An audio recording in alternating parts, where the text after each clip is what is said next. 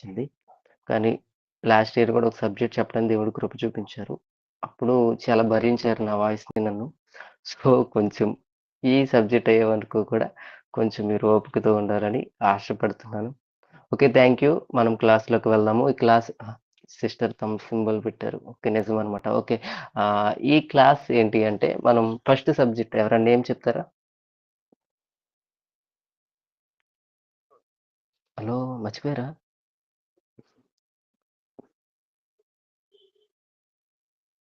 Anyone. మనం మొదటి subject నేర్చుకున్నాం కదా! సీజన్ 2లో. ఆ సబ్జెక్ట్ నేమ్ ఏమన్నా చెప్పగలరా? Christian anthropology. ఓకే చెల్లెమ్మ. చాలా బా చెప్పారు. అది సెకండ్ సబ్జెక్టు. ఫస్ట్ సబ్జెక్ట్ చెప్పండి ఒకసారి.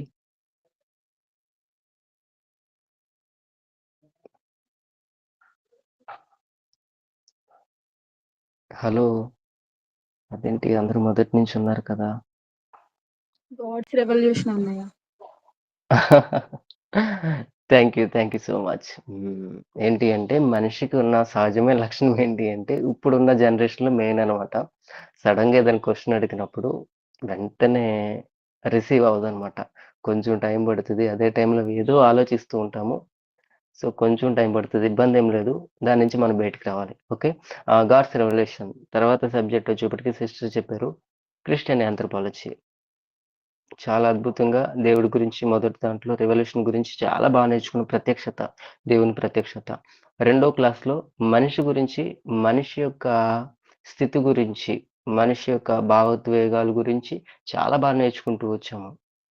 సో, ఈ మూడో సబ్జెక్ట్‌లో దేవుడి గురించి నేర్చుకున్నాము. మనిషి గురించి నేర్చుకున్నాము.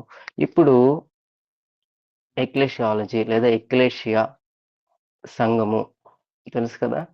సో, సంఘం గురించి మనం నేర్చుకోబోతాము. చాలా ఇంట్రెస్టింగ్ ఉంటుంది. ఇది చెప్పే ముందు ఒక స్టోరీ చెప్తాను. ఆ స్టోరీ ఏంటంటే ఆహ్, మనకు తెలుసు ఇప్పుడు సమ్మరు తర్వాత వచ్చిద్ది రైనీ సీజన్. విపరీతమైన వర్షాకాలం అనమాట. అది ఆగస్ట్‌లోనే ప్రారంభమైంది. విపరీతమైన తుఫాను. ఆ తుఫాన్‌లో ఒక బేబీని పట్టుకొని ఒక ఇద్దరు వ్యక్తులు బస్సులో ప్రయాణం చేస్తున్నారు. విపరీతమైన వర్షం. విషయం ఏంటంటే, ఆ బేబీ పుట్టి జస్ట్ కొన్ని రోజులే. వారం గూడా అవ్వదు. ఆ బేబీని క్లాతుల్లో చుట్టుకొని, వేరే ఎక్కడో పుడితే, దాదాపు ఒక 100 కిలోమీటర్ల దూరం ఒక హాస్పిటల్‌కి తీసుకెళ్తేనే బ్రతుకుతాడు. పుట్టడమే చాలా వెయిట్ లాస్‌గా పుట్టాడనమాట. అతన్ని తీసుకువెళ్తారు. అనుకుంటారనమాట వాళ్ళు.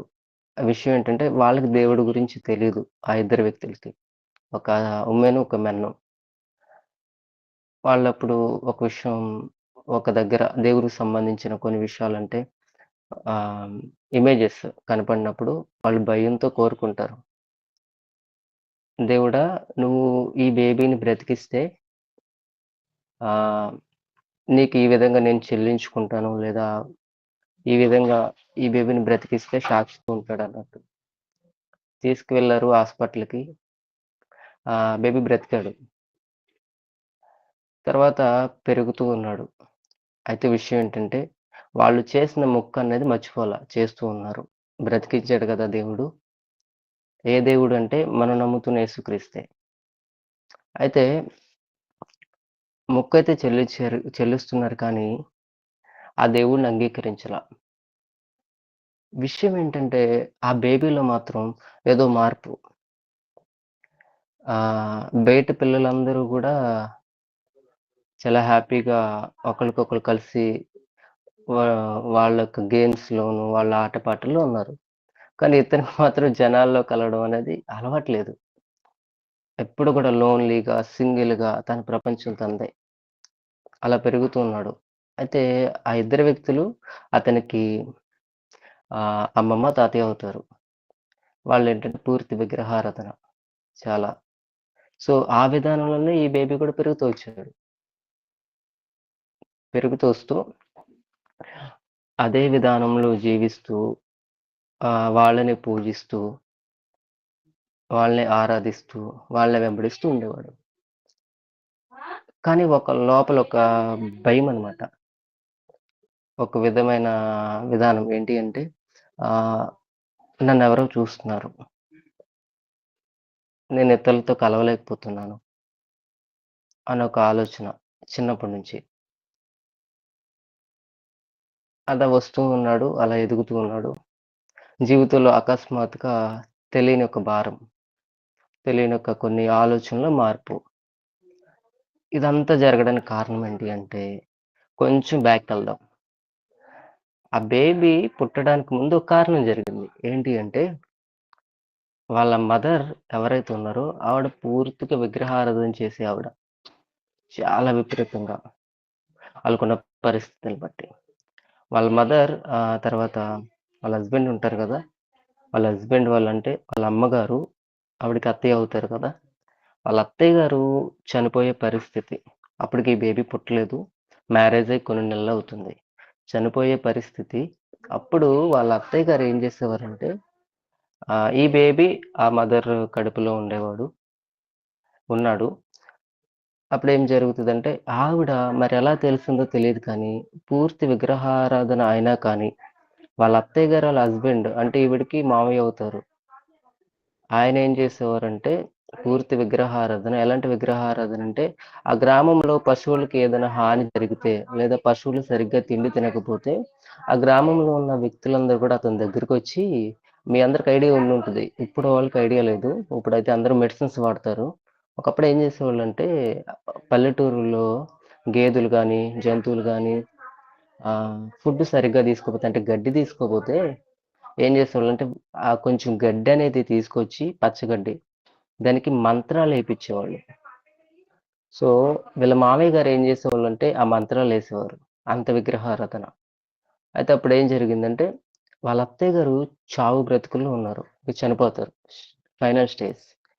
ఆహ్, ఒక బెడ్ మీద పడుకొని రోజు ఆవిడేం చేసేవారంటే మరెక్కడ దొరికిందో తెలీదు గానీ, కొత్త నిబంధన గ్రంథాన్ని వారి కోడలతో రోజు చదివించుకుంటూ ఉండేది. ఆవిడ రోజుకి కొన్ని అధ్యాయాలు చదువుతూ ఉండేది.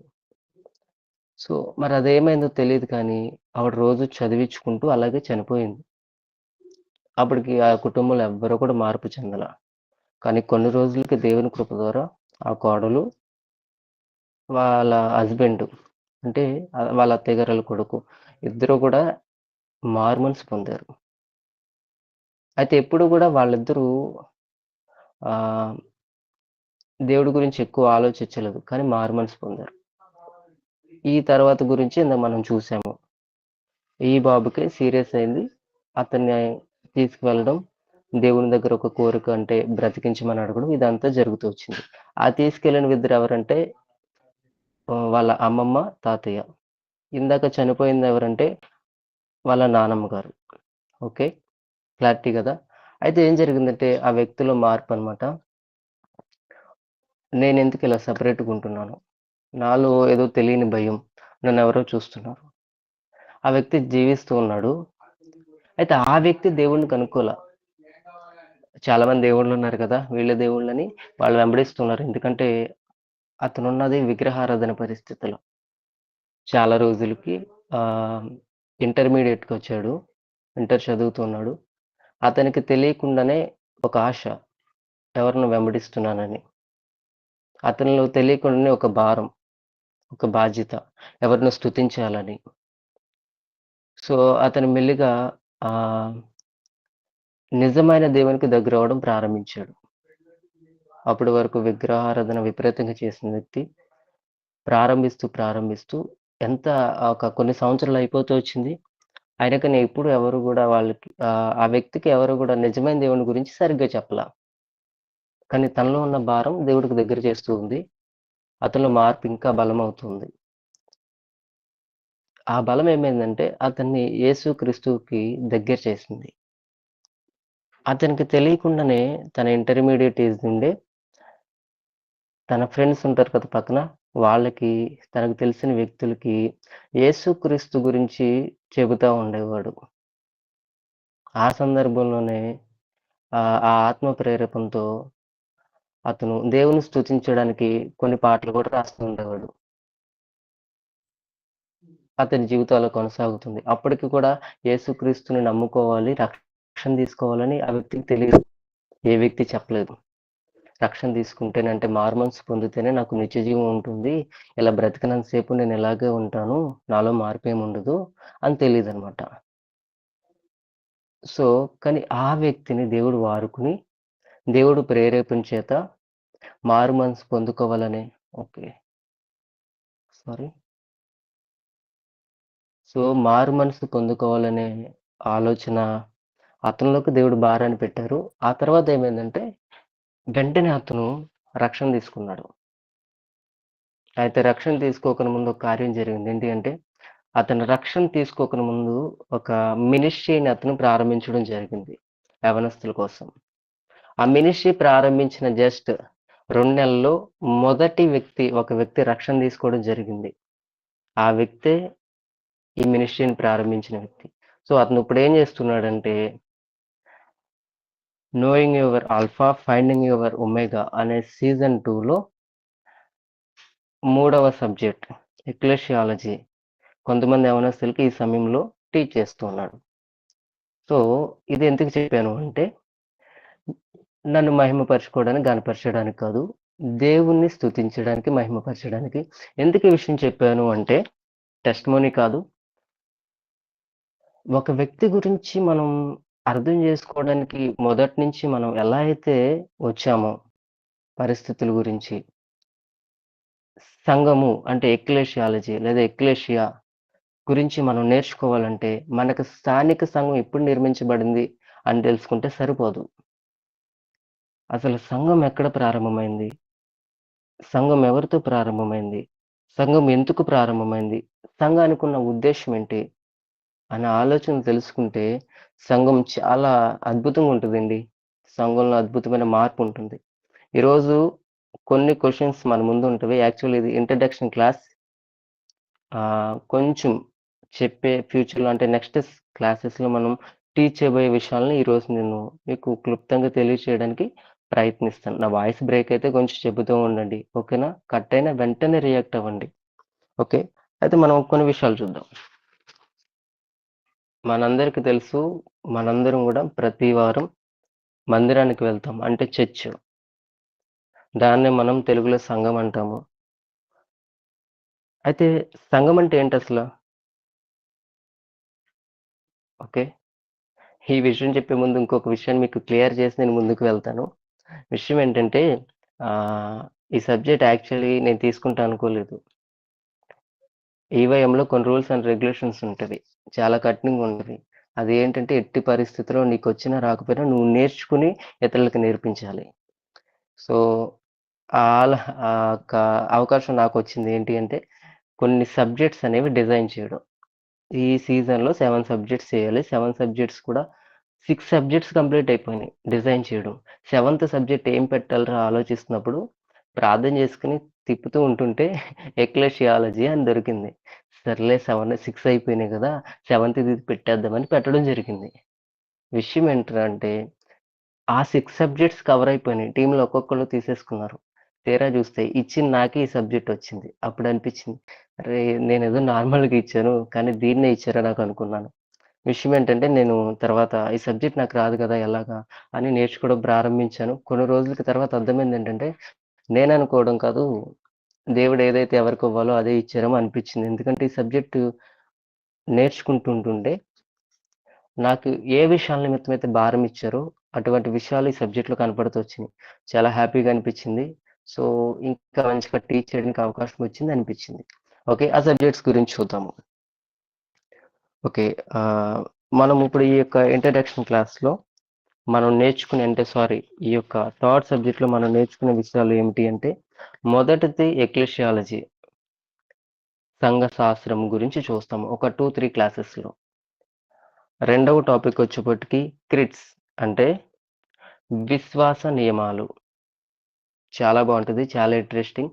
చాలా ఒక్కరికి ఉపయోగకరమైనవి. తప్పనిసరిగా అది పాటించాలి.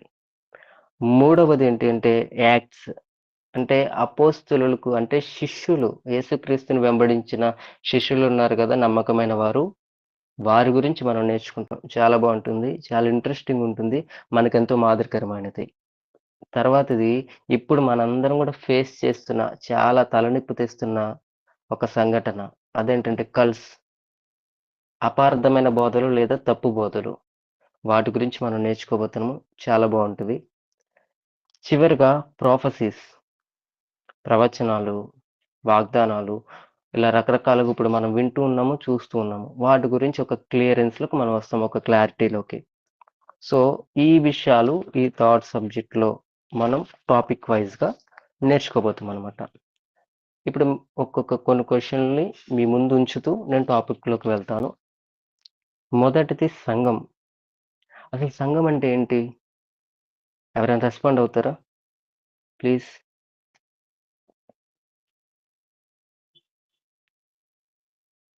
హలో. ఓకే. చర్చ్ ఐడియా ఉందా? చర్చ్ అంటే ఏంటి? ఎవరైనా చెప్తారా పోనీ? పర్లేదు రెస్పాండ్ అయ్యి చెప్పండి. బిలీవర్స్ కలిసి ఉండేదాన్నే చేస్తుంటారు. ఓకే. విశ్వాసులు కలిసి ఉండేదాన్ని చర్చ్ అంటారు. వావ్! Very good. సో, సంఘం అంటే ఏంటి అసల? అది మనం తెలుసుకోవాలి. ఓకే. తర్వాతది ఈ సంఘాన్ని ప్రారంభించిన వ్యక్తి ఎవరు? ఈ సృష్టిని ఏర్పరిచిన దేవుడు కదా! మనల్ని ఏర్పరిచిన దేవుడు. లేదా ఒక వస్తువుని ఏదైనా క్రియేట్ చేశారంటే దానికి ఒక కారకుడు ఉంటాడు. అయితే ఈ సంఘాన్ని స్థాపించింది ఎవరు? ఎవరి ద్వారా స్థాపించబడింది? యేసుప్రభు శిష్యులు. Okay. Very good. Good sister. చూద్దాం అది కూడా. సంఘానికి ప్రారంభికులు ఎవరు? ప్రారంభించడానికి ఉద్దేశం ఏంటో? వాళ్ళు ఎందుకు సంఘాన్ని స్థాపించవలసి వచ్చింది? దాని వెనకాల ఉన్న కారణం ఏంటి? చాలా ఇంట్రెస్టింగ్ పాయింట్స్ అని మనం నేర్చుకోబోతాము. అయితే ఈ సంఘం యాక్చువల్‌గా మనం పుట్టామంటే దానికో ప్లేసు, దానికో టైము, దానికో సందర్భం, దాని వెనకాల కారణాలు ఉంటాయి కదా!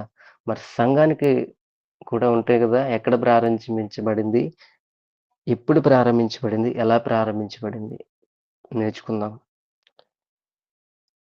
అయితే సంఘము ప్రారంభించబడి దాదాపు 2000 సంవత్సరాలు అవుతుంది కదా! అప్పటికున్న సంఘానికి, ఇప్పటికున్న సంఘానికి ఒకే విధమైన పరిస్థితులు ఇంకా ఉన్నాయా?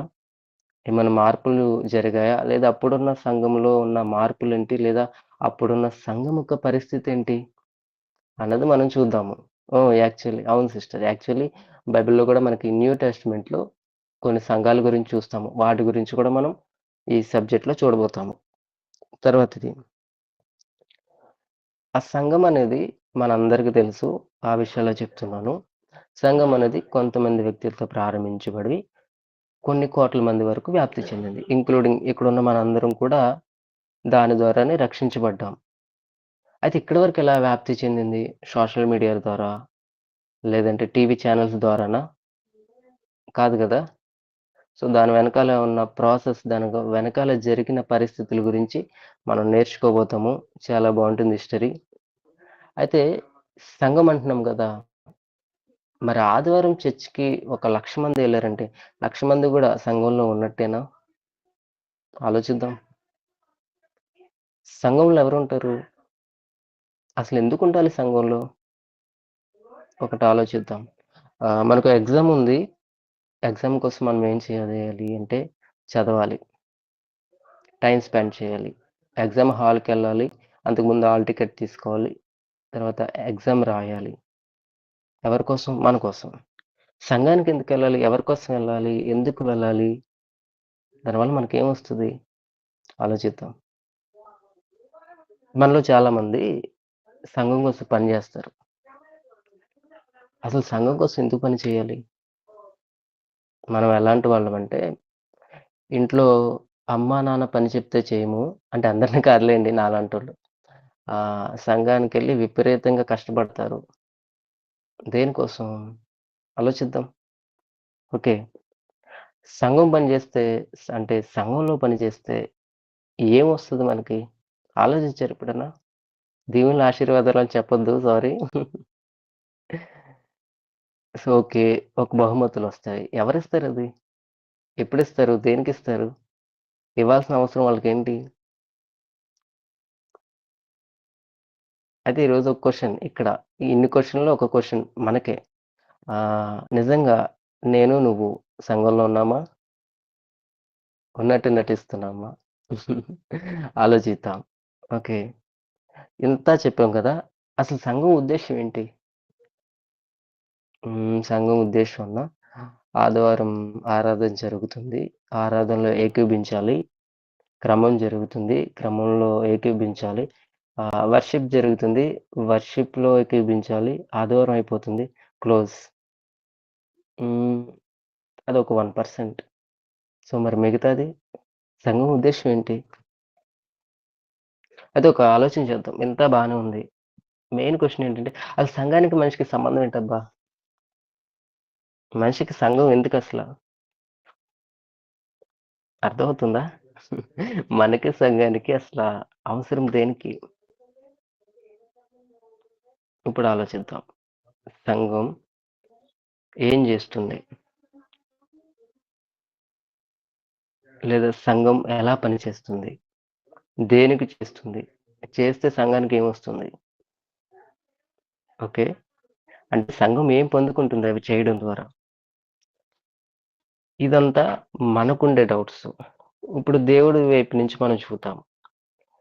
దేవుడికి సంఘం పట్ల ఉన్న ఉద్దేశ్యం ఏంటి? ఎప్పుడైనా ఆలోచించారా? మన ప్రేయర్ అంతా ఎలా ఉంటదంటే, ప్రభువా నా పట్ల నీ ఉద్దేశ్యం ఏంటి? నా పట్ల నీ ఉద్దేశ్యం ఏంటి? నీ చిత్తం ఏంటి?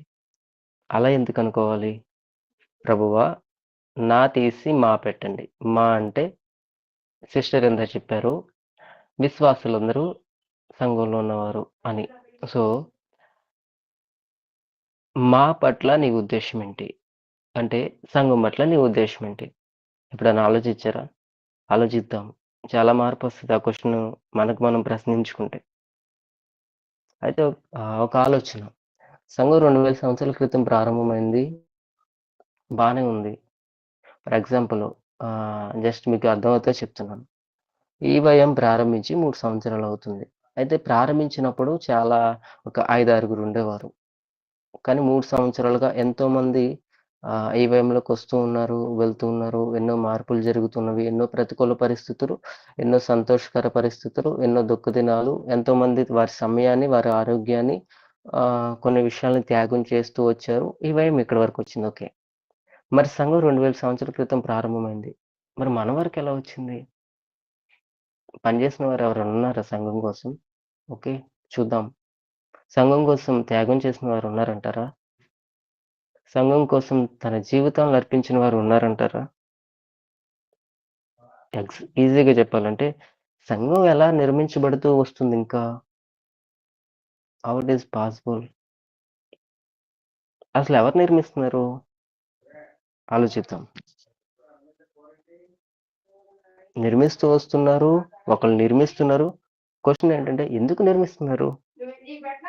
అవసరం ఏంటి? చూద్దాం. అయితే మనం ఈరోజు కొన్ని టాపిక్స్ చూడబోతాము. చాలా ఉపయోగకరమైనవి. దాంట్లో ఏంటి అంటే దేవుడు సంఘాన్ని ఏర్పరచుకున్నాడు. ఓకే. దాంట్లో 2 విధానాలైన సంఘాలుంటాయి. ఒకటేంటంటే మనం రెగ్యులర్‌గా సండే వెళ్తున్న లోకల్ చర్చ్ అంటే స్థానిక సంఘం అంటారు. మనకి కనపడని ఒక సంఘం ఉంది. మనకి కనపడని ఒక సంఘం ఉంది. అది యూనివర్సల్ చర్చ్ అన్నమాట. అది భవనాలతో అందమైన టెక్నాలజీతో నిర్మించబడింది కాదు. ఆత్మలతో నిర్మించబడింది ఆ సంఘం. ఓకే. దాన్ని సార్వత్రిక సంఘం అంటారు. ఈరోజు మన ఆలోచనలు ఎక్కడ ఆగిపోయినాయో ఆలోచించాలి. ఇంకా స్థానిక సంఘం దగ్గర ఆగిపోయినాయా? సార్వత్రిక సంఘంలోకి వచ్చాయా? ఆలోచించాలి. ఓకే. ఇక్కడ ఒకసారి ఆలోచిద్దాం. మరి దేవుడు సంఘాన్ని ఏర్పరచుకున్నాడు కదా! దేవుడు ఏర్పరిచే ప్రతిదానికి ఒక ఉద్దేశ్యం ఉంటుంది. ఒక క్రమం ఉంటుంది. ఒక బాధ్యత ఉంటుంది. దేవుని చిత్తం ఉంటది. దానికి తగ్గట్టు దేవుడు గూడా కొన్ని విషయాలు చేస్తారు దాని కొరకు. మనిషిని చేశారు గదా! మనల్ని చేశారు. అలానే ఊరికే వదిలేయలా తిరగరా అని. మన ప్రార్థన వింటున్నారు. ఆయన ఏదైతే మన జీవితంలో చేయాలనుకుంటున్నారో మనం ఆశపడితే చేస్తున్నారు. ఆయన చేయాలనుకుంటున్నది మనం అనుకున్నది కాదు. ఓకే. అయితే సంఘం విషయంలో ఒకటి చూద్దాము. దేవుడు సంఘాన్ని ఏర్పరిచాడు కదా! అయితే సంఘం కోసం దేవుడు ఏం చేస్తూ ఉన్నారు? ఆలోచించారా ఎప్పుడన్నా?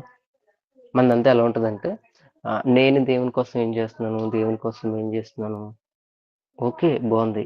కానీ దేవుడు మన కోసం ఏం చేస్తున్నారు ఎప్పుడైనా ఆలోచించారా? మనకు ఆరోగ్యం ఇస్తున్నారు.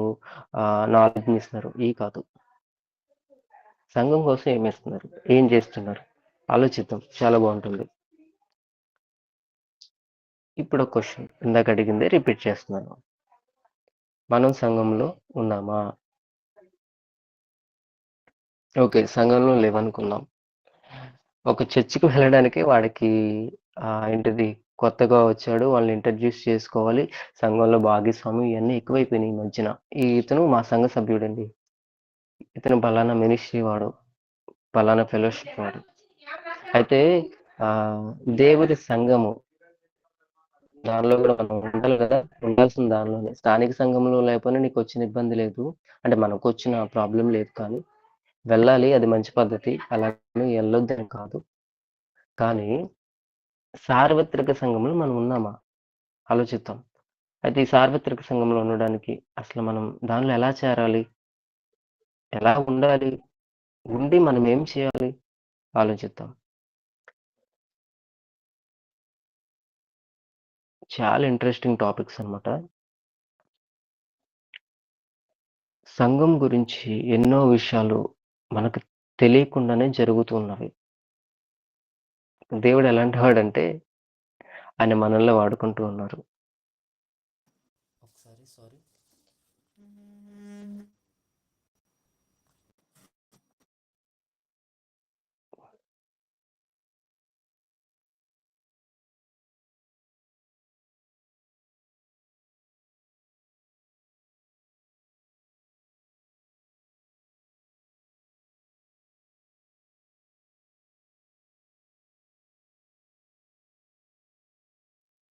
సారీ అండి. నా వాయిస్ ఆడిబుల్ ఉందా?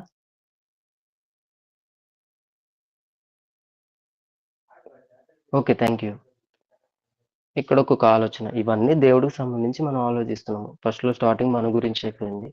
అయితే దేవుని యొక్క ఉద్దేశంలో సంఘంలో ఉన్న వారి గురించి, సంఘం బయట ఉన్న వారి గురించి, సంఘంలో ఉన్నామనుకుంటూ భ్రమపడుతున్న వారి గురించి, సంఘం గురించి కనీసం పాపం కొంచెమైనా అవగాహన లేని వారి గురించి దేవుని ఉద్దేశ్యం ఏంటి? ఆలోచిద్దాం. ఇంకొక విషయం. ఇది మీకు మనందరికి తెలుసు. సంఘం ఎవరి కోసం? దేనికోసం? ఇంకా అర్థమయ్యేలా చెప్పాలంటే, ఎవరిని మహిమపరచడానికి, ఎవరిని కనపరచడానికి, ఎవరిని కీర్తించడానికి, ఎవరిని ఘనపరచడానికి. ఆన్సర్ మనకు తెలుసు. రన్ అవుతుంటది మైండ్‌లో. అయితే సంఘానికి దేవుడు ఊరికే దాన్ని నిర్మించాడు కదా! ఒక ఉద్దేశ్యం ఉంటుంది. సంఘానికి ఉన్న పని ఏంటి అసల? ఆ పని ఇచ్చిందెవరు? ఎందుకిచ్చారు? ఆ పని ఎలా జరుగుతుంది? ఆ పని చేస్తే వచ్చే ప్రతిఫలం ఏంటి? చాలా బావుంటుంది. ఇదంతా ఓకే. సంఘంలో మనం ఉన్నామనుకుందాం. ఓకే. మరి సంఘంలో ఉన్న మనము ఎలా ఉండాలి? కాలేజ్‌లో జాయిన్ అయ్యామంటే వాడికొక యూనిఫార్మ్ ఉంటుంది. ఒక కోడ్ ఉంటుంది. ఒక టై ఉంటుంది. మనకు తెలుసు అవన్నీ తెలుసు. ఎలా ఉండాలి? బుక్స్ ఉండాలి. మెటీరియల్స్ ఉండాలి. వాడు చెప్పింది వినాలి. అది చేస్తేనే మనం క్వాలిఫై అవుతాం. తర్వాత ఆహ్, రిజల్ట్ వస్తది బెటర్‌గా చెప్పింది చేస్తే. మరి సంఘంలో మన పనేంటి? మనం ఏం చేయాలి? మనకు ఉండాల్సిన లక్షణాలేంటి? మనకున్న బాధ్యతలేంటి? ఆలోచిద్దాం. ఇంకో క్వెషన్ ఏంటంటే, సంఘంలో ఉన్న మనకు ఫర్ ఎగ్జాంపుల్ కాలేజీలో ఉన్నామనుకోండి, ఎప్పుడూ గూడా మంచి పరిస్థితులు ఉండవు. ప్రతికూల పరిస్థితులు కూడా వస్తాయి. కొన్నిసార్లు మనం ఆలోచించినవి గూడా జరుగుతాయి సడెన్‌గా. మరి సంఘంలో ఉన్న మనకు ప్రతికూల పరిస్థితులు రాకపోవచ్చా? వస్తాయి కదా! సో, వాటిని మనం ఎలా స్వీకరించాలి? వాటిని మనం ఎలా అంగీకరించాలి? ఎలా ఎదుర్కొనాలి? వాటి నుంచి ఎలా నేర్చుకోవాలి? ఎప్పుడైనా ఆలోచించారా? లేదు. మన ప్రార్థన ఎలా ఉంటదంటే, ప్రార్థన చేస్తాము. ప్రభువా నన్ను ఆత్మీయ జీవితంలో బలపరచండి, ఎదిగించండి. ప్రార్థనా జీవితం నాకు అనుగ్రహించండి. ఇంకా కావాలి. ఈరోజు 2 నిమిషాలు ప్రార్థన చేశాను. నీకు గంట సేపు ప్రార్థన చేయాలని ప్రార్థన చేస్తాం. విశ్వాసంలో బలపడాలి. ఇంకా నీతో అతికింపుగా మమ్మల్ని నీ దరికి చేర్చండి అని ప్రార్థన చేస్తాం. చాలా బావుంది. ఇక్కడున్న మనందరిలో 100కి 200% ఈ ప్రేయర్ రిక్వెస్ట్ అనేది ఉంటుంది. ఇతరులకు కూడా చెప్తాం. చాలా మంది చెప్తారు అనమాట. నాతో సిస్టర్స్, బ్రదర్స్ మాట్లాడుతూ "అన్నయ్య నా ఆత్మీయ జీవితం గురించి ప్రార్థన చేయండి. నా ప్రార్థన జీవితం గురించి ప్రార్థన చేయండి. అవ్వట్లేదన్నా ప్రార్థన చేయడం. దాని గురించి ప్రార్థన చేయండి." కానీ విషయం ఎప్పుడైనా గమనించారా? మనం గమనించం. ఏంటి అంటే ఏ ప్రార్థనకైనా కొంచెం ఆలస్యం అవ్వచ్చు కానీ, ఇటువంటి ప్రార్థనకి దేవుడు వెంటనే సమాధానం ఇస్తాడు. ఎలా అంటే మన ఆత్మీయ జీవితంలో ఎదగాలన్నా, విశ్వాసంలో బలపడాలన్నా, రక్షణ జీవితంలో కాపాడుకుంటూ ముందుకెళ్ళాలన్నా, దేవునికి దగ్గరవ్వాలన్నా, వాటికున్న ఏకైక మార్గం శ్రమలు, కష్టాలు, బాధలు, నిందలు, అవమానాలు, అవహేళనలు ఇవన్నీ కూడా ఏం చేస్తాయంటే, వాటిని నువ్వేంటో గుర్తు చేస్తాయి. లోకమేంటో తెలియజేస్తది. కానీ ఆ పరిస్థితిలో దేవుడు నిన్నెలా చూస్తున్నాడో, నువ్వు దేవుడి మీద ఎలా ఆధారపడాలో, దేవునికి ఎలా దగ్గరవ్వాలో ప్రార్థన చేయి. ఆత్మీయ జీవితం గురించి, విశ్వాసం గురించి, ఆత్మీయతలో ఎదగడం గురించి, ప్రార్థన గురించి వాటన్నిటిని దగ్గర చేస్తది. ఇది మర్చిపోయి మనం చేసే ప్రార్థన ఏంటి అంటే, ప్రభువా దయచేసి ఈ శ్రమ నుంచి నన్ను తప్పించు. ఈ బాధ నుంచి నన్ను తొలగించు. ఈ అనారోగ్య పరిస్థితిని నేను తట్టుకోలేకపోతున్నాను. ఈ యొక్క బీపీని నేను తట్టుకోలేకపోతున్నాను. హెడేక్‌ని నేను తట్టుకోలేకపోతున్నాను. ప్రెషర్‌ని నేను తట్టుకోలేకపోతున్నాను. ఒకేసారి ఇన్ని చిక్కులొచ్చినియి. ఎక్కడి నుంచి రావు. కొన్ని మనం చేసుకుంటాం. కొన్ని మనం దేవుడిని అడుగుతాం. వాటికొచ్చే ఆన్సర్ అనమాట. కానీ జాగ్రత్తగా అర్థం చేసుకుంటే అవెందుకొచ్చాయో మనకర్థమవుతది. ఇది ఎవరికొస్తాయో తెలుసా? అందరికీ కాదు. సంఘంలో ఉన్న వారికి. ఓకే. బావుంటుంది. తర్వాత ఈ పరిస్థితిలో మనం ఉన్నాం కదా! మరి మనకొచ్చే రిజల్ట్ ఏంటి? బహుమతులేంటి? సంఘంలో ఉన్న వారికి. దాని గురించి కూడా మనం చూద్దాం. అయితే ఒక ఇన్‌స్టిట్యూట్ లేదా ఒక పరిచర్య లేదా ఒక కుటుంబము లేదా ఒక మనిషి నిలబడాలంటే సపోర్ట్ కావాలి. నడిపించేవారు కావాలి. నిలబడడానికి కొన్ని ఆధారాలు కావాలి. ఓకే. అయితే సంఘం ఎలా నిలబడుతుంది? ఎప్పుడైనా ఆలోచించారా? వెంటనే మనోళ్ళు చెప్పే ఆన్సర్ అన్న పిల్లర్స్ మీదన్నా, అన్న పోల్స్ మీదన్నా, అన్న ఈరోజు సంఘంతో పని లేదన్నా స్క్రీన్ మీద వేస్తున్నారన్నా ఇబ్బందేం లేదు. అన్న ఈరోజు సంఘంతో పని లేదన్నా మొబైల్‌లో వస్తుంది గదా! ఎటువంటి మెటీరియల్ యూజ్ చేయక్కర్లా కాంక్రీట్‌తో పని లేదు అని. కానీ సార్వత్రిక సంఘం ఎలా నిలబడుతూ వస్తుంది ఇప్పటి వరకు? ఆలోచించారా? ఆలోచిద్దాం. ఈ సంఘానికి ఫర్ ఎగ్జాంపుల్ మన ఫ్యామిలీ ఉన్నాం కదా! మన ఫ్యామిలీ లేదా ఒక కాలేజ్, ఒక ఇన్‌స్టిట్యూట్, ఒక పరిచర్యకి నడిపించడానికి దేవుడు ఎవరో ఒకరిని వాడుకుంటారు ఖచ్చితంగా. వాడుకోకుండా ఎవరు ఉండరు. వాళ్ళు కనపడకపోయినా గైడ్ చేసేవాళ్ళు ఒకళ్ళుంటారు. సహకరించేవాళ్ళు కొంతమందుంటారు. కష్టపడి పనిచేసేవాళ్ళు కొంతమందుంటారు. అయితే ఈ సంఘానికి ఇంత ప్రాసెస్ జరుగుతున్నప్పుడు, ఇంత గ్రౌండ్ వర్క్ జరుగుతున్నప్పుడు నడిపించేవాళ్ళు ఒకళ్ళుండాలి కదా! ఓకే. ఆ సంఘాన్ని నడిపించే ఆ నాయకులెవరు? ఆ యాజకులెవరు? ఆ కాపరులెవరు? వాళ్ళెలా నిర్మితులయ్యారు? అవి గూడా ఆలోచిద్దాం. ఎందుకు అంటే మనకు తెలుసు దేవుడు శిరస్సు. మనందరం గూడా ఆయన శరీరంలో అవయములు కదా! సో, అలాగే సంఘానికి నాయకుడెవరు? సంఘానికి యజమానెవరు? సంఘానికి కాపరెవరు? సంఘానికి ప్రధాన యాజకుడెవరు? ఆలోచిద్దాం. ఇవన్నీ తెలుసుకోవాలంటే మనకేం తెలియాలంటే సంఘ చరిత్ర తెలియాలి. సో, ఈ సబ్జెక్ట్‌లో మనం ఇవన్నీ నేర్చుకోబోతాము. ఈ 2, 3 క్లాసెస్‌లో. చర్చ్ హిస్టరీ అంటారు దాన్ని. అయితే ఇదంతా బానే ఉంది. మనం ఏ విధంగా సంఘం గురించి ఆలోచిస్తున్నామో చూసాము. అంటే మనకున్న క్వెషన్స్. దేవుడికున్న ఉద్దేశాలంటే కొంతవరకు చూసాం. అన్నీ మనం చూడలేము. ఎందుకంటే దేవుడికున్న ఆ ఉద్దేశాన్ని ఏ మనిషి పూర్తిగా తెలుసుకోలేడు.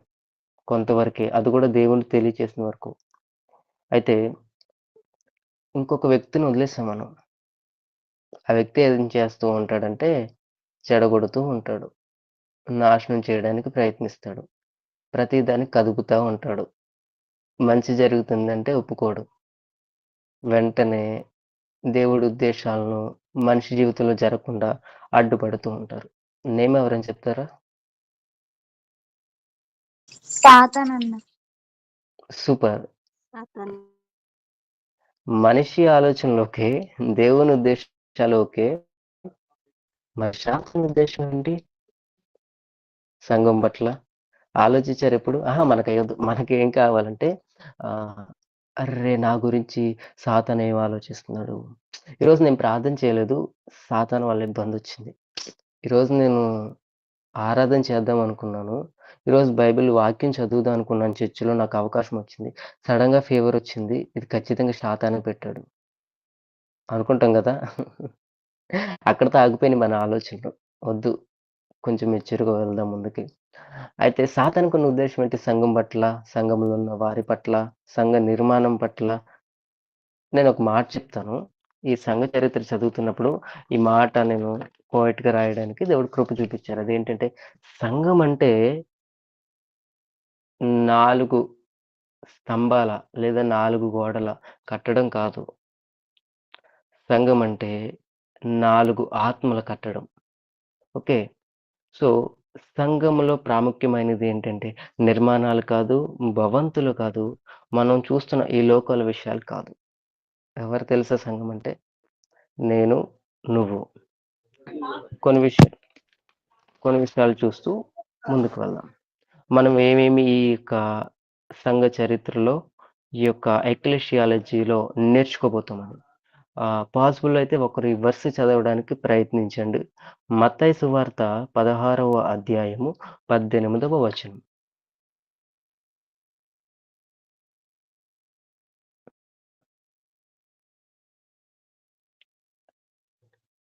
మరలా చెప్తున్నాను. మాథ్యూ చాప్టర్ 16థ్, 18థ్ వర్స్. సిస్టర్ సెండ్ చేశారు. చదవండి ప్లీజ్.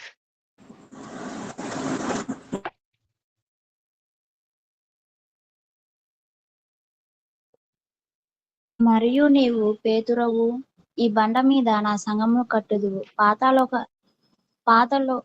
పాతాళ లోక ద్వారములు దాని ఎదుట నిలవలేవని నేను మీతో చెప్పుచున్నాను. Thank you Chellamma. సో, సంఘం అనేది ఏ విధంగా నిర్మించబడుతుంది, ఏ విధంగా ప్రారంభం అనేది మనం ముందు చూస్తాము. చాలా బాగుంటుంది. సంఘం గురించి ఇప్పుడు మనం నేర్చుకోబోయే విషయాలను నేను ఓన్లీ సైడ్ హెడ్డింగ్స్ మీకు తెలియపరుస్తాను. వినడానికి ప్రయత్నించండి కొన్ని నిమిషాలు. ఓకేనా? ఈ యొక్క సబ్జెక్ట్‌లో మనం ఏం నేర్చుకుంటామంటే the uniqueness of the church. అంటే యేసుక్రీస్తు యొక్క సంఘము యొక్క విశిష్టత గురించి మనం నేర్చుకుంటాం. అంటే మనం మాట్లాడుకున్నాం కదా! సంఘాన్ని నిర్మిస్తుంది ఎవరు? ఎందుకు? ఉద్దేశ్యం ఏంటి? ఎలా నిర్మిస్తున్నారు? ఎవరితో నిర్మిస్తున్నారు? రెండవది యేసుక్రీస్తు యొక్క సంఘం అంటే ఏంటి? యాక్చువల్ సంఘానికి మీనింగ్స్ కూడా మనం చూడబోతాం ముందు. The ecclesia of Christ. సంఘం అంటే ఏమీ లేదండి. యాక్చువల్ ఎక్లేషియా అంటే ఒక గుంపు లేదా ఒక సభ. ఇంకా ఈజీగా అర్థం చేయాలంటే వెలుపటికి పిలువబడిన వారు. అది లోకం నుంచి అవ్వచ్చు, ఐగుప్తు నుండి అవ్వచ్చు, అన్యులలో నుంచి అవ్వచ్చు. As body of Christ. యూదులలో నుంచి కూడా అవ్వచ్చు. వారిని సంఘం అంటారు. ఆ సంఘానికి ఉన్న ప్రత్యేకత ఏంటన్నది కూడా మనం చూస్తాం. ఆ సంఘానికి ఉన్న అధికారాన్ని కూడా మనం చూస్తాం. ఆ సంఘానికి ఉన్న విశిష్టతను మనం చూడబోతాం. ఈ ఎక్లేషియా ఆఫ్ క్రైస్ట్‌లో మనం ప్రాముఖ్యంగా చూసేది ఓల్డ్ టెస్టమెంట్ అంటే పాత నిబంధనలో సంఘం గురించి ఏ విధంగా ఉంది? ఏం తెలియజేయబడి ఉంది? కొత్త నిబంధనల సంఘం గురించి ఉంది. ఏం తెలియజేయబడి ఉంది? ఈ 2 విషయాలకి మధ్య ఉన్న సంబంధాన్ని కూడా మనం చూస్తాం. చాలా బావుంటుంది. ఆ 2 ఏంటంటే స్థానిక సంఘము, సార్వత్రిక సంఘము. Local church, universal church. ఆ రెండిట్ల గురించి మనం నేర్చుకోబోతాము. వాటి మధ్య ఉన్న వ్యత్యాసాలను కూడా మనం గమనించబోతాం. ఇప్పుడు 2 టాపిక్స్ అయినాయి కదా! మూడో టాపిక్ ఏంటి అంటే బిల్డింగ్ ఆఫ్ ది చర్చ్, సంఘ నిర్మాణము. ఆ సంఘము ఎవరికి చెందినది అంటే ఫస్ట్ పాయింట్, సంఘము యేసు ప్రభువుకు చెందినది. ఆ సంఘాన్ని కట్టేవాడు కూడా యేసుక్రీస్తే. సంఘముకు పునాది మరియు మూలరాయి అది కూడా ఆయనే. ఇది థర్డ్‌ది. ఫోర్త్ పాయింట్ ఏంటంటే మెటాఫర్స్ ఆఫ్ ది చర్చ్ అంటే సంఘము యొక్క రూపకాలు. అంటే ఏమీ లేదు. ఈజీగా అర్థం అవ్వాలంటే సంఘము అంటే సిస్టర్ అనేది తెలియచేశారు. Body of Christ. యేసుక్రీస్తు శరీరం. సంఘము అంటే దేవాలయము. సంఘములో మనం చూస్తే పరిశుద్ధమైన యాజక సమూహమే సంఘము. గుర్తుపెట్టుకోండి. ఈ వర్డ్ బాగా పాసిబుల్ అయితే రాసుకునేవారైతే అండర్‌లైన్ చేసుకోండి. పరిశుద్ధమైన యాజక సమూహము. యాజక ప్లేస్‌లో పాస్టర్స్ అని రాసుకోవద్దు. యాజక ప్లేస్‌లో నీ పేరు రాసుకోండి. ఓకే. మనం ఎలా ఉండాలంటే పరిశుద్ధంగా. అప్పుడు మనం ఈ సంఘంలో ఉన్నట్టు. ఈ యొక్క ఫోర్త్ టాపిక్‌లో మనం సంఘానికి అర్పించవలసిన అర్పణల గురించి, ఆత్మ సంబంధమైన బలుల గురించి మనం చూస్తాం. ఇక్కడ చాలా మందికి డౌట్స్ కానుకల విషయంలో, అర్పణల విషయంలో, మొక్కుబడుల విషయంలో క్లియర్ చేసుకుందాం. చివరగా ఫోర్త్ టాపిక్‌లో లాస్ట్ పాయింట్ ఏంటంటే సంఘము దేవుని యొక్క మంద. మనం దానిలో ఉన్నామా? ఆలోచిద్దాం. ఐదో టాపిక్ ఏంటంటే సంఘము వధువు అంటే బ్రైడ్. తెలుసు కదా మనకి. బాగా తెలిసిన విషయం అన్నమాట ఇది. ఇక్కడ ఒక అద్భుతమైన వివాహం గురించి, వివాహ పద్ధతిని గురించి మనం నేర్చుకుంటూ సంఘానికి, యేసుక్రీస్తు వారికి మధ్య ఉన్న ఆ సంబంధాన్ని మనం నేర్చుకుంటాం. అదేంటంటే యూదులు ఏ విధంగా అయితే మ్యారేజ్ అంటే ఒక పెళ్లి విధానాన్ని, పెళ్లి వేడుకను జరిగిస్తారో దానితో పోల్చుతూ ఈ వధువు సంఘం గురించి మనం నేర్చుకోబోతాం. చాలా ఇంట్రెస్టింగ్‌గా ఉంటుంది. నేను చదువుతున్నప్పుడు భలే అనిపించింది. వివాహ వేడుక. సో, మనం దానిలో ఉన్నామా? సో, దానిలో మొదటిది ఏర్పాటు ఉంటుంది, సిద్ధపడుట ఉంటుంది, వధువుగా వివాహము కొరకు తీసుకురావడం ఉంటుంది, వివాహ వేడుక ఉంటుంది, మనందరికి బాగా తెలుసు విందుంటుంది. తర్వాత ఆ వధువుకి ఒక సొంత గృహం అనేది అంటే ఎవరితో అయితే వివాహం అవుతదో ఆ గృహం అనేది ఆ వధువుకి ఆహ్, చేరడం జరుగుతుంది. ఇంకా తన ఇల్లు అదే. ఓకే. అప్పటి వరకు ఉన్నది కాదు. అప్పటినుంచి తన జీవితం మారింది. ఇప్పటికి 5 టాపిక్స్ అయినాయి. ఇంకా కొన్ని టాపిక్స్ మనం చూద్దాం. సంఘం విషయంలో ఎలా అంటే ద్రాక్షావల్లిలో తీగల వలె. దీంట్లో 2 టాపిక్స్ ఉంటాయి. సారీ కొన్ని టాపిక్స్ మనం చూద్దాం. నిజమైన ద్రాక్షావల్లి ఉంటుంది. తర్వాత ద్రాక్షావల్లిలో తీగలుంటవి. ఆ ద్రాక్షావల్లి అంటే గ్రేప్స్. దానిలో కొన్ని బాగోపోతే తీసి పారేయడం గూడా ఉంటుంది పనికి రాకుండా. కొన్నుంటవి బావుంటాయి. అయి నిలిచుంటవి. అవి ఆరోగ్యానికి మంచిది. ఆ రైతుకి ఉపయోగకరంగా ఉంటవవి. మనం ఉన్నామా అలాగా? ఆలోచిద్దాం. అయితే ఈరోజు ఇక్కడ ఈ సిక్స్త్ టాపిక్‌లో మనం చూసేది సంఘంలో మనం ఉన్నాము అనడానికి రుజువులేంటి? ఆదివారం మందిరానికెళ్తున్నాను. క్రిస్టియన్ వాట్సాప్ గ్రూప్‌లో ఉన్నాను. ప్రతి గురువారం థియోలాజికల్ కోర్స్‌లో జాయిన్ అవుతున్నాను. ప్రతి సోమవారం బైబిల్ స్టడీలో జాయిన్ అవుతున్నాను. ప్రతి మీటింగ్‌ని మిస్ అవ్వట్లేదు. ప్రతి గృహ కూడికలో నేను ఉంటున్నాను. ఇది కాదు. సంఘానికి సంఘంలో నువ్వున్నావనడానికి నిర్ధారణకు రుజువులేంటి? చూద్దామా? ఓకే. ఇది ఒక పార్ట్‌లో 6 టాపిక్స్. ఇది ఒక క్లాస్‌లో మీకు నేను టీచ్ చేయడానికి ప్రయత్నిస్తాను. సెకండ్ పార్ట్‌లో ఇంకా కొన్ని పార్ట్స్ ఉన్నవి. అవి మీకు 2, 3 క్లాసెస్‌లో చెప్పడానికి ప్రయత్నిస్తాను. తర్వాతదేంటంటే the ministry of local church స్థానిక సంఘ పరిచర్యలు. ఇవి మనకి చాలా బాగా తెలుసు. ఎందుకంటే మనం ఎక్కువ జీవించేది ఇక్కడే కదా! సార్వత్రిక సంఘంలో చాలా తక్కువ అప్పుడప్పుడు. సంఘంలో పరిచర్య ఎలా ఉంటుంది? సంఘం వెలుపల ఎలా పరిచర్య ఉంటుంది? Ministry in the church ministry in the world difference మనం చూడబోతాము. తర్వాత సంఘం యొక్క సంస్కారము. వింటాం గదా! సంఘ సంస్కారం అని. లేదా సంఘ సంస్కరణ. ఈ వర్డ్స్ కొంచెం దగ్గరగానే ఉంటవి. సో, దానిలోనే మనం ఇంకొకటి ఏం చూస్తామంటే బాప్తిస్మం గురించి కూడా చూస్తాం. చాలా ఇంపార్టెంట్ అది. అది లేకుండా రక్షణ లేకుండా సంఘంలో చేర్చబడలేము. దీనిలోనే మనం నేర్చుకున్నది ప్రభు బల్లారాధన. చాలా జాగ్రత్తగుండాలి ఆ విషయంలో. చాలామంది స్నాప్‌లు పెడుతూ ఉంటారు. ఈరోజు నేను బల్లారాధన తీసుకున్నా అని. స్నాప్‌లు పెట్టడం కాదు. దానికి అర్హత కలిగియడానికి మనం రక్షణ తీసుకున్నాం ఓకే. మరలా మనం పరిశుద్ధపరచబడుతూ ఉన్నామా ఆలోచించాలి. ప్రభు రాత్రి భోజనం గురించి, ప్రభు బల్ల గురించి కూడా మనం దీనిలో చూడబోతాము. పార్ట్ 4 ఏంటంటే సంఘ పరిపాలన అంటే అడ్మినిస్ట్రేషన్ ఆఫ్ ది చర్చ్. దేవుని యొక్క అధికారము, సంఘంలో ఉన్న దేవుని యొక్క అధికారము, క్రమము, తర్వాత స్థానిక సంఘ పరిపాలనా అధికారాల గురించి మనం ఇక్కడ చూస్తాము. The kinds of administration. తర్వాత వచ్చేప్పటికి ఫిఫ్త్ పార్ట్ సేవకుల గురించి. ఈ యొక్క టాపిక్‌లో ఎవరిని విమర్శించేది లేదు. ఉన్నదున్నట్టు మాత్రం మాట్లాడతాము. మాట్లాడినప్పుడు ఎవరినైనా విమర్శించినట్టు అనిపిస్తే దయచేసి నెగెటివ్‌గా తీసుకోవద్దు. పాజిటివ్‌గా ఆలోచించండి. సంఘ చరిత్రలో ఈ విషయాలు మనం ఎందుకు నేర్చుకుంటున్నామని.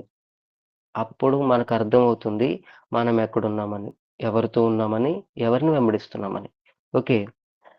సంఘ కాపరులు, చర్చ్ పాస్టర్స్ గురించి ఇక్కడ మనం చూస్తామనమాట. ఎక్లెషియాలజీ అంటే సంఘ శాస్త్రం మనం చూస్తూ వచ్చాం కాబట్టి ఈ విషయాలు ఇక్కడికి 4 టాపిక్స్ అయినాయి. 4 పార్ట్స్. ఫిఫ్త్ పార్ట్‌లో మనం పాస్టర్స్ గురించి చూస్తాం. సేవకుల గురించి. వారి యొక్క అర్హతలేంటి? ఇక్కడ ఒక ఎగ్జాంపుల్ చెప్తాను. ఈ పాయింట్ నాకెందుకు ఇది నచ్చింది అంటే, ఒకప్పుడు నేను అడిగాను ఒక సేవకుడిని. అయ్యగారు పాస్టర్ అవ్వాలంటే ఏం చేయాలండి అంటే, ఆయన చాలా బాగా చెప్పారు. ఏంటి అన్నారంటే, "నువ్వు డిగ్రీ చదవాలన్నారు." ఆహా! అవునండి. ఓకే అండి అన్నాను. ఇంకొక ఆయన, అన్న పాస్టర్ అవ్వాలంటే ఏం చేయాలి? తమ్ముడు పాస్టర్ అవ్వాలంటే ఏం అక్కర్లా, ఎవరైనా అయిపోవచ్చు అన్నాడు. అభిషేకం ఉండాలన్నాడు. బానే ఉంది. అయితే వీళ్ళు చెప్పిన సమాధానాలు పాజిటివ్‌గా తీసుకోవచ్చు. రెండోది నెగెటివ్‌గా కూడా తీసుకోవచ్చు. పాజిటివ్ వచ్చేప్పటికి డిగ్రీ చదవాలి లేదా పీజీ చదవాలి అన్నది ఎందుకంటే ఫస్ట్ నీ జీవితం మీద నువ్వు సరిగ్గా నడవడం ప్రారంభించు. దేవుడు నిన్ను ఆకర్షిస్తాడు. నువ్వు నడుస్తున్న విధానంలోనే నిన్ను వాడుకుంటాడు. పాజిటివ్. నెగెటివ్ ఏంటంటే దేవుడి సేవకి క్వాలిఫికేషన్ అవసరం లేదండి. మన క్వాలిఫికేషన్ యేసుక్రీస్తే. ఇంకొక అన్న అన్నారు గదా! క్వాలిఫికేషన్ ఏం అక్కర్లేదు. వచ్చని. అక్కడొకటి గమనించాలి. పాజిటివ్ ఏంటి అంటే చెప్పాను గదా! దేవుని సేవకి క్వాలిఫికేషన్ అక్కర్లా. నువ్వు దేవుని సేవ చేయాలనుకుంటున్నావా? నిలబడు. ఓకే. కానీ చదువు గూడా కావాలి. ఇక్కడ ఎవరన్నా దేవుని పని చేయాలనుకుంటూ, కానీ మాకు స్టడీస్ ఒద్దు, జాబ్స్ ఒద్దు అన్నవాళ్ళుంటే దయచేసి ఆ ఆలోచన చేయొద్దు. అది మంచిది కాదు. తర్వాత ఇప్పుడైతే దేవుడి మీద ఆధారపడుతున్నాం కదా! ఆ పరిస్థితులు ఎలా ఉంటదంటే మనుషుల మీద ఆధారపడాల్సిన అవకాశం రావచ్చు. ఆలోచిద్దాం. ఓకే. క్లాస్‌లు ఇవన్నీ మనం నేర్చుకుంటాం. అయితే ఈ పాస్టర్స్ గురించి మనం నేర్చుకుంటున్నప్పుడు వారి యొక్క విధానాలేంటి? వారికున్న విశిష్టతలేంటి? చూస్తాము. పౌలు గారు సంఘ పెద్దలు నిర్మించిన నమూనా విధానాన్ని కూడా మనం చూస్తాం. చాలా బావుంటదిక్కడ. సరైన దృక్పథాలేంటి? సరైన విధానం ఏంటి? నశించిపోతున్న వారి పట్ల పౌలు గారికున్న దృక్పథం ఏంటి? అంటే మన గురించి మనకుండవలసిన దృక్పథం ఏంటన్నది కూడా మనం ఇక్కడ చూస్తాం. పార్ట్ 5. పార్ట్ 6లో వచ్చేప్పటికి రెస్పాన్సిబిలిటీ ఆఫ్ చర్చ్. సంఘం యొక్క బాధ్యత ఏంటి? మైక్స్ పెట్టడం, కీబోర్డ్ ప్లే చేయడం, ప్యాడ్ ప్లే చేయడం, అద్భుతంగా పాటలు పాడడం, చేపలు తీయడం, చర్చికి ముందు వెళ్లి ఊడవడం, ఎక్కడితో ఆగిపోవద్దు. చాలా ఉంది బాధ్యత. అది నెరవేరుద్దాం. ఇయి చేస్తే నీకు పరలోకం రాకపోవచ్చు నాకు తెలీదు కానీ, దేవుడు అనుకున్నట్టు విధంగా ఆ బాధ్యతలు నెరవేరిస్తే పరలోకం వస్తుంది. అవి చేద్దాం. వాటిని కూడా మనం చూద్దాం. దేవుని మహిమపరచాలి. ఇంకొకటి ఎప్పటికప్పుడు మనల్ని మనం పరిశుద్ధపరచుకోవాలి. ఓకే. యేసుక్రీస్తు స్వారూప్యంలోకి మనం ఎదగాలి, రావాలి. పాస్టర్ గారి సారూప్యంలోకి, పాస్టర్ పిల్లల వ్యక్తిత్వంలోకి, లేదా వర్షిప్ లీడర్‌ల విధానంలోకి, లేదంటే అద్భుతమైన సింగర్‌ల విధానంలోకి, వాళ్ళ సారూప్యంలోకి, వాళ్ళ వేషధారణలోకి మనం వెళ్ళడం మంచిది కాదండి. ఎందుకంటే అది ఆహ్, మనకి హాని చేస్తది. దేవుడి నుంచి దూరం చేస్తది. మనల్ని మనం అంటే మనల్ని మనం ముఖస్తుతి అంటారు. మనల్ని మనం హెచ్చించుకోవడం అవుతుంది. అది మంచిది కాదు. అలా ఒకవేళ ఉండుంటే ఒకసారి ఆలోచించండి. వెనక్కొచ్చేద్దాం. ఆత్మీయంగా ఎలా బలపడాలి? ఎలా ఎదగాలి? దీంట్లోనే శిష్యత్వం గురించి మనం చూస్తాము. సువార్తీకరణ, గాస్పెల్ గురించి చూస్తాము. సంఘము ఎప్పుడు గూడా ఆరిపోయినట్టు ఉండకూడదు. వెలుగుతూ ఉండాలి. మళ్ళీ చెప్తున్నాను. సంఘము అనగా నువ్వు, నేను అంటే బయటికి కనపడుతున్న శరీరము కాదు. లోపట ఉన్న నువ్వు అంటే నీ ఆత్మ. నీ ఆత్మ ఎప్పుడు కూడా చల్లారిపోకూడదు. రగులుతూ ఉండాలి. అంటే వెలుగుతూ ఉండాలి. ఓకే. వెలుగు కదా! ఇతరులకు వెలుగు నీ నుంచి చూపెట్టేది. నువ్వే చల్లారిపోతే వాడికేం చెప్తావు? అలా ఉండొద్దు. ఓకేనా? సంఘము ఈ లోకానికి ప్రాముఖ్యంగా దేవుని ఉద్దేశం చూసాం గదా! సంఘము ద్వారా దేవుడు ఈ లోకానికి ఏం తెలియజేయాలనుకుంటున్నారు? చివరి పాయింట్ ఇది. ఇంకా ఒక విషయం చెప్పాలంటే అసలు దేవునికి సంఘానికున్న సంఘం పట్ల ఉన్న చిత్తమేంటి? సో, ఈ పాయింట్స్ అన్నీ గూడా మనం 2, 3 క్లాసెస్‌లో చాలా మంచిగా మనం చూడబోతాము. ఓకే. మొదటిది ఎక్లేషియాలజీ, రెండోది క్రిట్స్ అంటే విశ్వాస నియమాలు, మూడవది యాక్ట్స్ అంటే అబద్ధ బోధలు, తప్పు బోధలు, అపార్థం చేసుకున్న బోధల గురించి వాటి పునాదులతో సహా మనం నేర్చుకోవడానికి ప్రయత్నిద్దాము. తర్వాతది ప్రొఫెసీస్ వాటి వెంట పరిగెత్తొద్దు పడిపోతారు. ఓకే. దేవుడిచ్చిన వాగ్దానాలు అద్భుతమైనవి, నమ్మకమైనవి, మంచివి. మన ఆత్మలకు ఆరోగ్యకరమైనవి చాలా ఉన్నవి. వాటిని మనం చూద్దాం. ఓకే. ఆత్మలో మాత్రం దయచేసి చల్లారిపోవద్దు. ఇక్కడ ఒక విషయం చెప్పి నేను ఈ క్లాస్‌ని ముగిస్తాను. అదేంటంటే వాక్యాలు వినేటప్పుడు దయచేసి ప్రతీదీ తీసుకోవద్దు. ఏదైతే నిన్ను నీ ఆత్మలో బలపరుస్తుందో, ఏదైతే నిన్ను సత్యముకు నడిపిస్తుందో, సత్యమందు ప్రతిష్ఠిస్తుందో, ఏదైతే నిన్ను సర్వసత్యములకు నడిపిస్తుందో, ఏదైతే నీ ఆత్మకు మేలు చేస్తుందో, ఆరోగ్యకరంగా ఉంటుందో, ఆ వాక్యాన్ని తీసుకోండి. అలాంటి ఆశీర్వాదాలు వీటి వెంట పరిగెట్టాలి అని చెప్పట్లే నేను. వాక్యాన్ని ఉన్నదున్నట్టుగా దేవుడు నేర్పిస్తున్న విధానంగా సర్వసత్యములకు నడిపించేలాగున జాగ్రత్తగా ఆచితూచి వాళ్ళు చెప్పింది నిజమా కాదా? నిజంగా ఇది నన్ను సత్యమందు నడిపిస్తుందా? దేవునికి దగ్గర చేస్తుందా? నా ఆత్మను రగిలిస్తుందా? అని చూడాలి. ఎందుకు ఈ మాట చెప్తున్నానంటే ఆహ్, లాస్ట్ ఇయర్ నేను చేయకూడని ఒక తప్పు చేశాను. తర్వాత చాలా బాధపడ్డాను. అదేంటంటే దేవుడు ఒక తలంపు ఇచ్చారనమాట. ఆ తలంపును నేను కొన్ని బోధలు విని, అయ్యో! ఇలా చేస్తున్నాను తప్పిది. దేవుడు ఇస్తే ఇచ్చారు. కానీ ఇప్పుడు దీన్ని ఎక్కువ నేను పక్కన పెట్టేయాలి అని ఏం చేశాను లాస్ట్ ఇయర్ అంతా దాన్ని పక్కన పెట్టేసా. పక్కన పెట్టేసిన తర్వాత ఆహ్, తెలీదు సడెన్‌గా చాలా భారమొచ్చింది. ఏడుపొచ్చింది. తప్పు చేశానని అర్థమైంది. ఆ తప్పేంటంటే దేవుడు ఒక వరం ఇచ్చారు. ఆ వరాన్ని నేనేం చేశానంటే నెగ్లెక్ట్ చేశా. దాదాపు లాస్ట్ ఇయర్ అంతా నెగ్లెక్ట్ చేశా.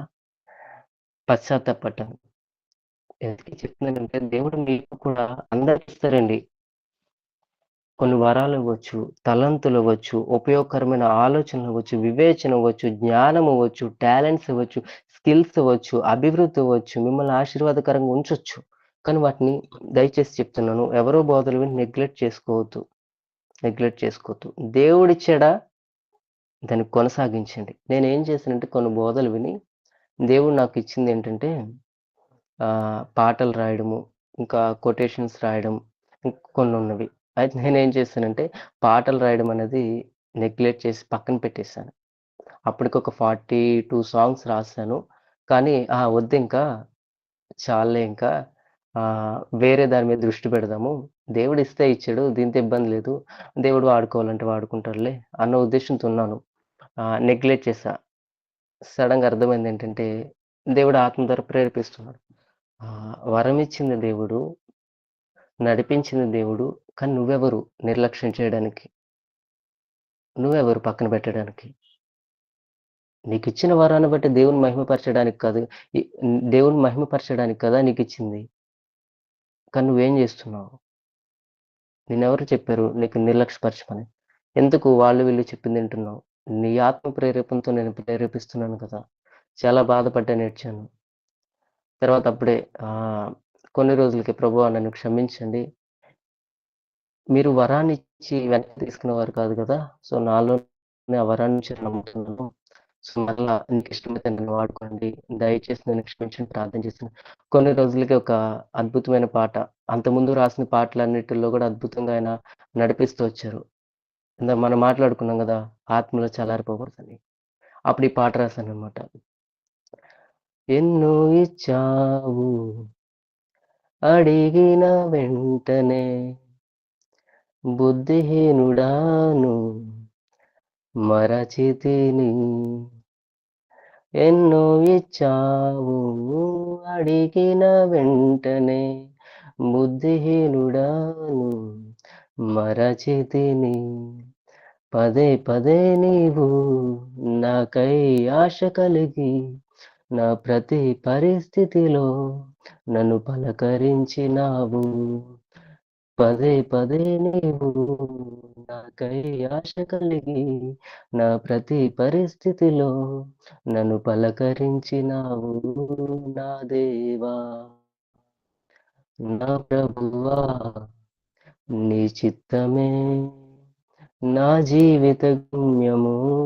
నా దేవా నా ప్రభువా నీ చిత్తమే నా జీవిత గమ్యము. అప్పుడు ఈ మాట గుర్తొచ్చింది.